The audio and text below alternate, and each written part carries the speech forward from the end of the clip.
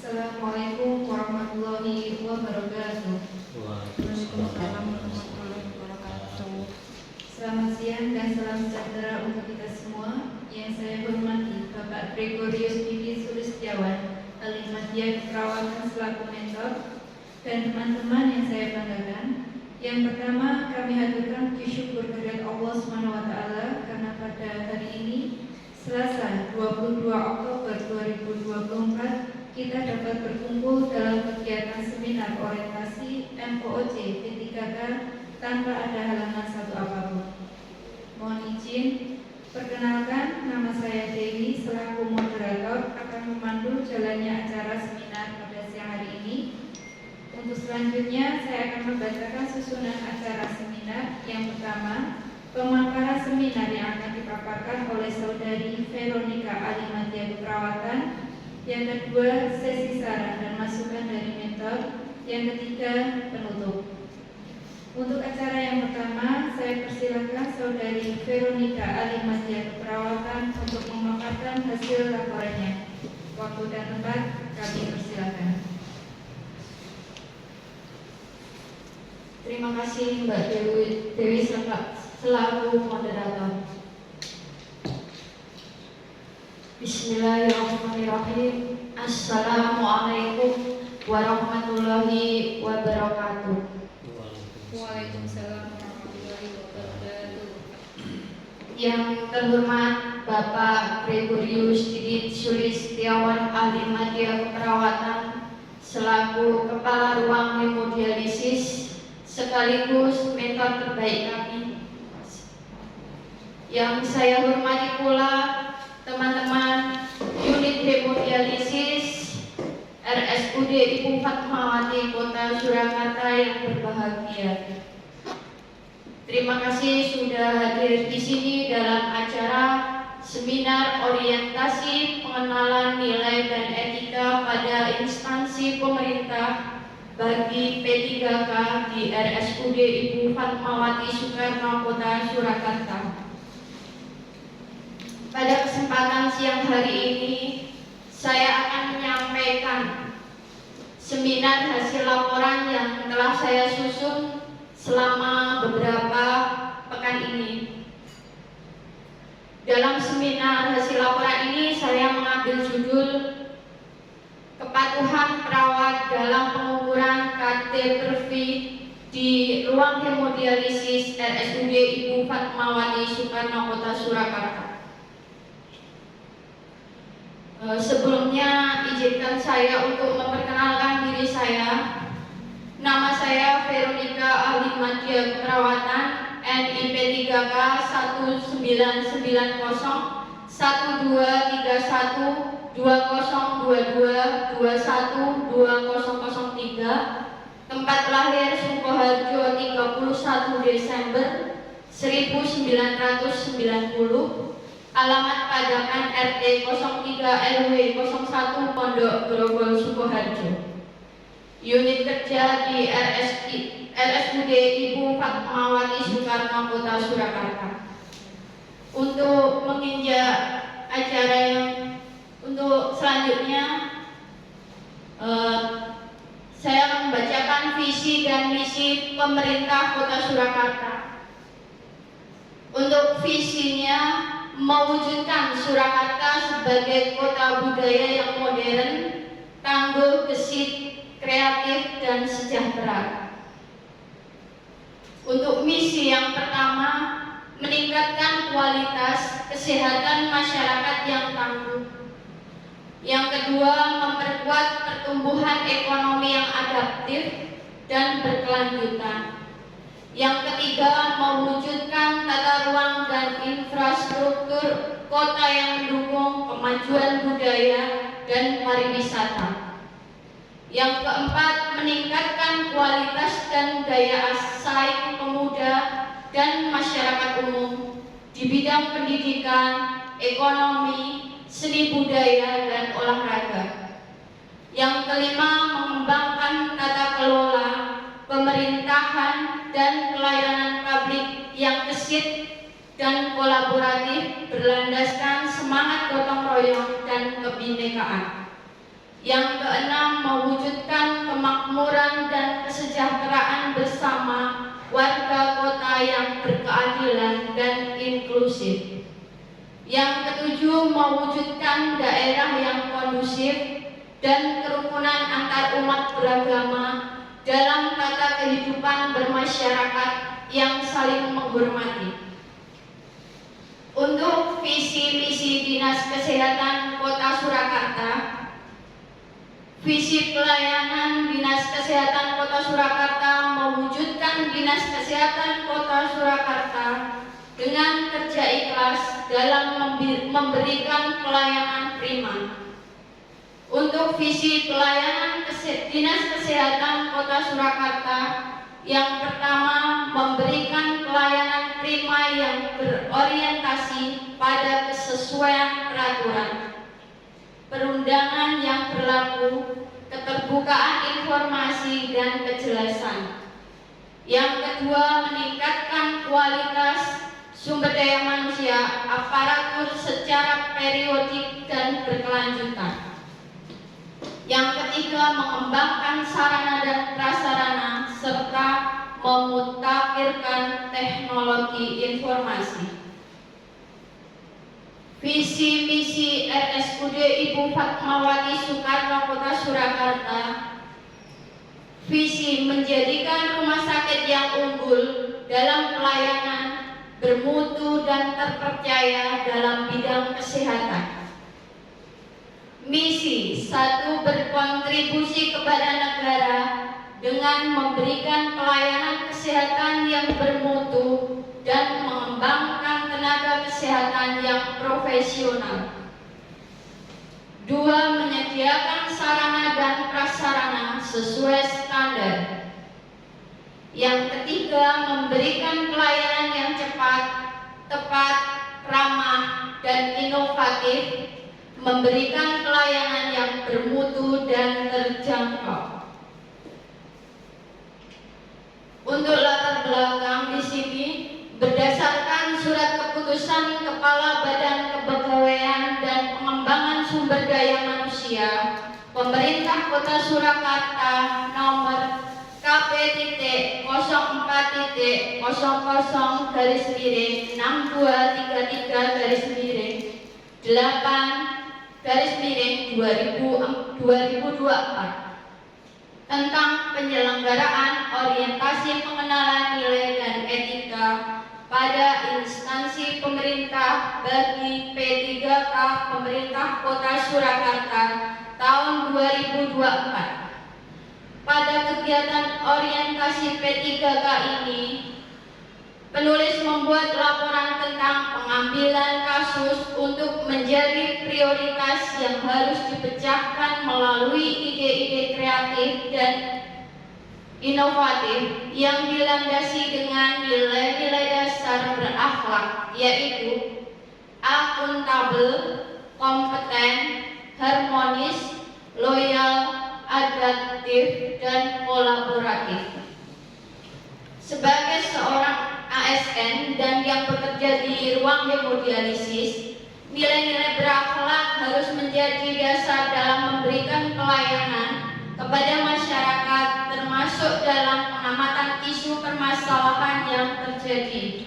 Pada saat ini, keberhasilan hemodialisis dapat ditentukan oleh terpenuhinya dosis HD sesuai kebutuhan pasien.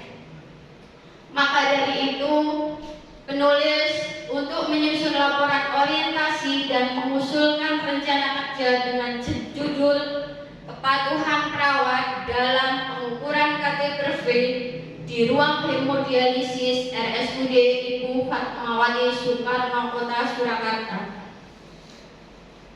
Sebelum masuk ke rencana kerja, di sini ada pengertian apa itu KT/V. Untuk K adalah clearance atau bersihan urium dialiser dengan satuan mili per menit. Untuk T-nya adalah waktu HD dengan satuan menit. Untuk V adalah volume distribusi urium dalam cairan tubuh dengan satuan mili. Tercapainya adekuasi dialisis atau bisa disebut dengan kateter V pada tindakan hemodialisis adalah kecukupan dosis Hg yang diberikan kepada pasien dengan tujuan untuk mendapatkan hasil proses Hg yang berkualitas. Untuk nilai kateter V yang ideal untuk 1,2 dengan nilai URR 65%, untuk Hg yang 3 kali per minggu dengan waktu 4 jam dalam Hg-nya. Dan untuk 1,8 untuk Hg 2 kali per minggu selama 5 jam. Ini diambil dari Indonesian Renal Register tahun 2016. Ini adalah identifikasi isu. Saya ambil ada 3. 1, kurang optimalnya petugas dalam pengukuran kateter V di ruang hemodialisis.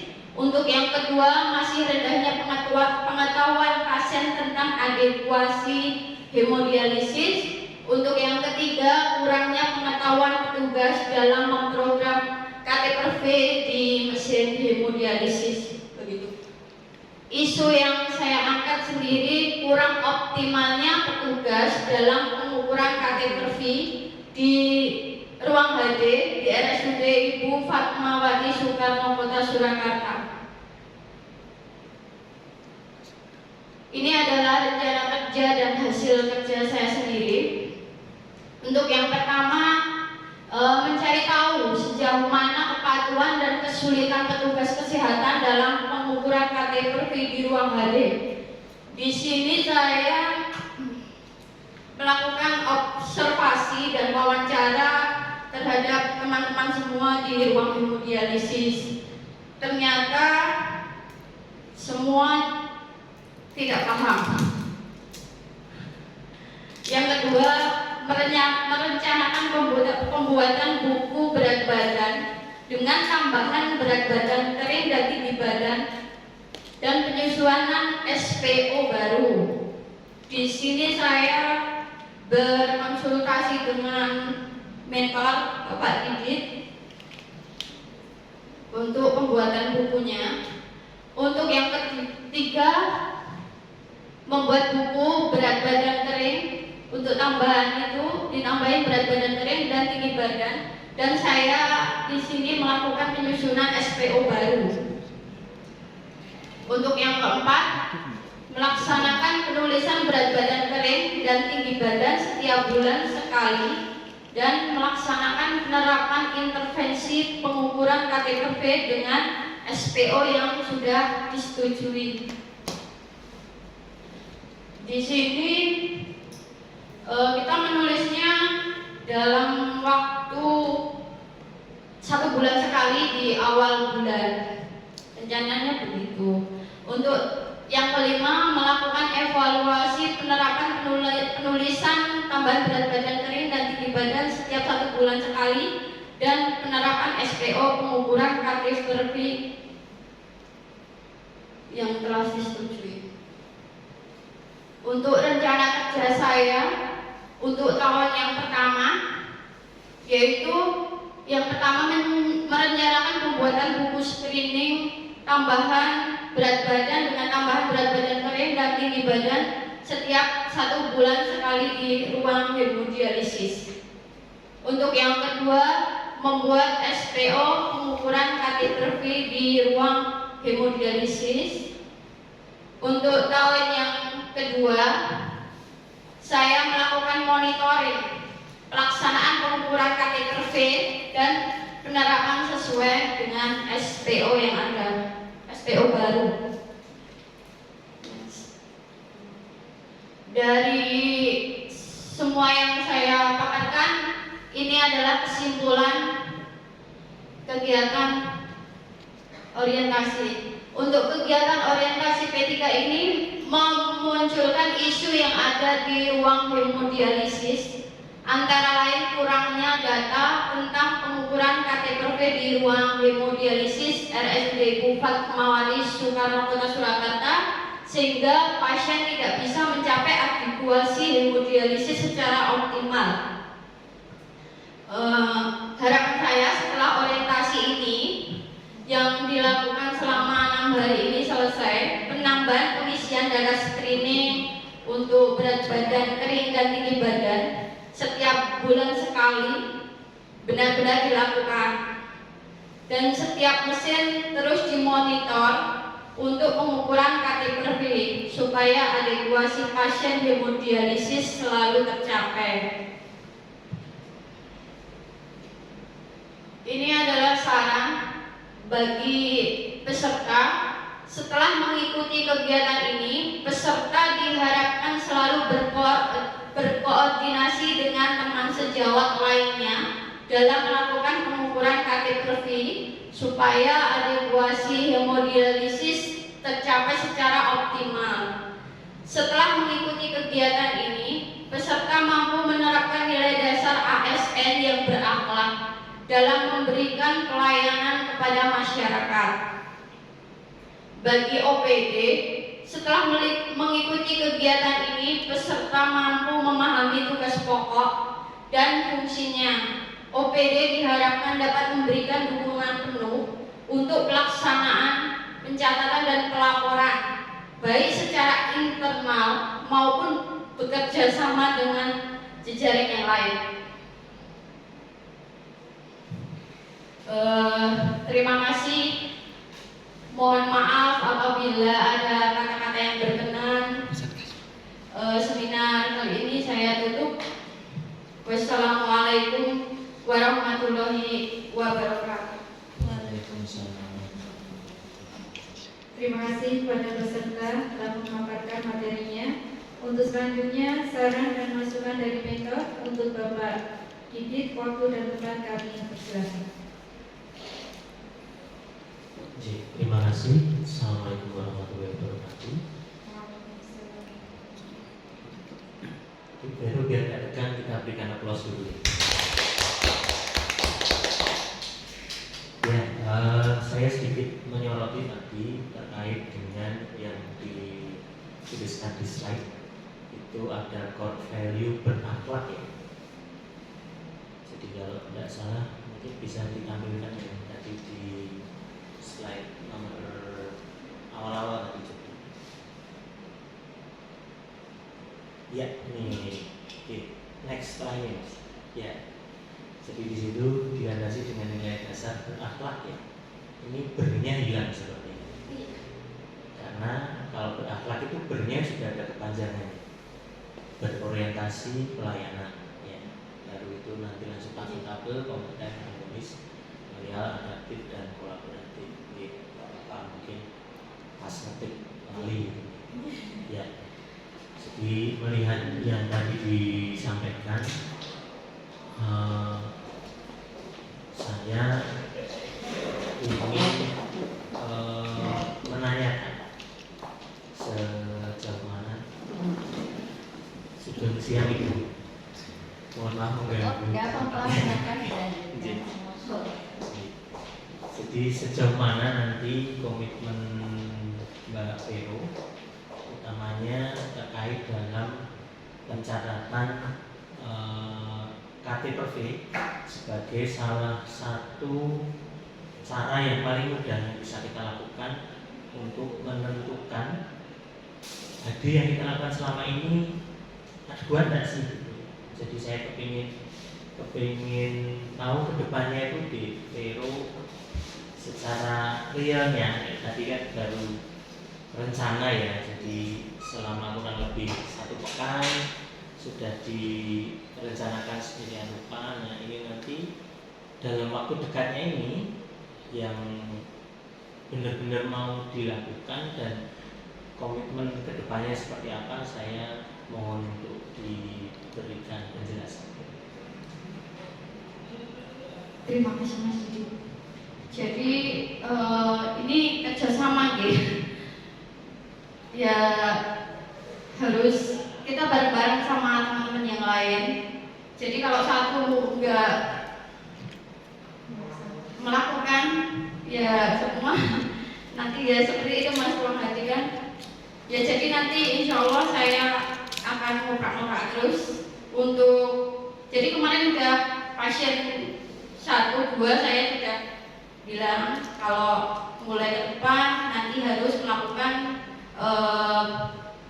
itu tinggi badan dan BB keringnya benar-benar dilakukan. Kemarin ada salah satu itu saya takis itu, ya mbak gitu. Jadi ya memang ya saya insya Allah nanti bisa mas gitu. Ya, jadi saya perlu menanyakan ini karena menurut saya seminar kali ini menjadi titik awal di mana nanti saya dan penjenengan semua istilahnya kan kerjanya kita ini memang tidak bisa dipungkiri ketika satu anggota tim ini tidak mau bergerak dengan frekuensi yang sama, itu nanti hasil kerja tim juga akan terpengaruh. Jadi terima kasih untuk komitmen yang sudah penjenengan sampaikan kali ini. Saya berharap nanti di gedung lama kita sudah mulai belajar. Harapannya nanti kita pindah di gedung baru, itu pencatatan terkait dengan penilaian KTP bisa dioptimalkan ya. Jadi nanti setelah KTP ini nanti bisa kita optimalkan pencatatannya, tentu nanti kita akan mencoba untuk inovasi baru lagi ya. Karena di sana penjenengan menyebutkan 1,2 untuk 3 kali ya frekuensi hatinya. Nah, sementara saat ini kita hanya baru bisa memberikan layanan 2 kali sesuai dengan petunjuk dari BPJS. Makanya kan targetnya kita kan jadi naik itu 1,8. Jadi nanti harapannya ketika pencatatan itu sudah ada, kita nanti akan melihat realnya di pasien. Karena kalau kita bilang hadinya cukup, hadinya adekuat, secara otomatis harapannya kondisi kesehatan pasien juga optimal. Ya. Kalau kita bilang maksimal, jelas tidak mungkin pasien hadi kondisi badannya maksimal. Kita kejar optimal saja. Nah nanti dari data yang kita pegang, yang dalam tanda kutip misal, kok ini masih ada nih ya yang angkanya masih hanya di kisaran 1,2, itu nanti kita harus berpikir lagi bagaimana caranya supaya, karena kan tadi dipengaruhi banyak hal, termasuk dari pasien sendiri pun juga bawa pengaruh yang cukup besar. Nanti dari data itu kita bisa tarik kesimpulan, nanti kita bisa evaluasi lagi jangka panjang. Mungkin dari saya itu yang bisa saya sampaikan. Selamat, ini sudah menyelesaikan untuk laporan hasil seminarnya. Semoga nanti benar-benar bisa dipakai ke depannya untuk meningkatkan pelayanan, utamanya di luar negeri. Terima kasih, saya kembalikan kepada moderator. Terima kasih.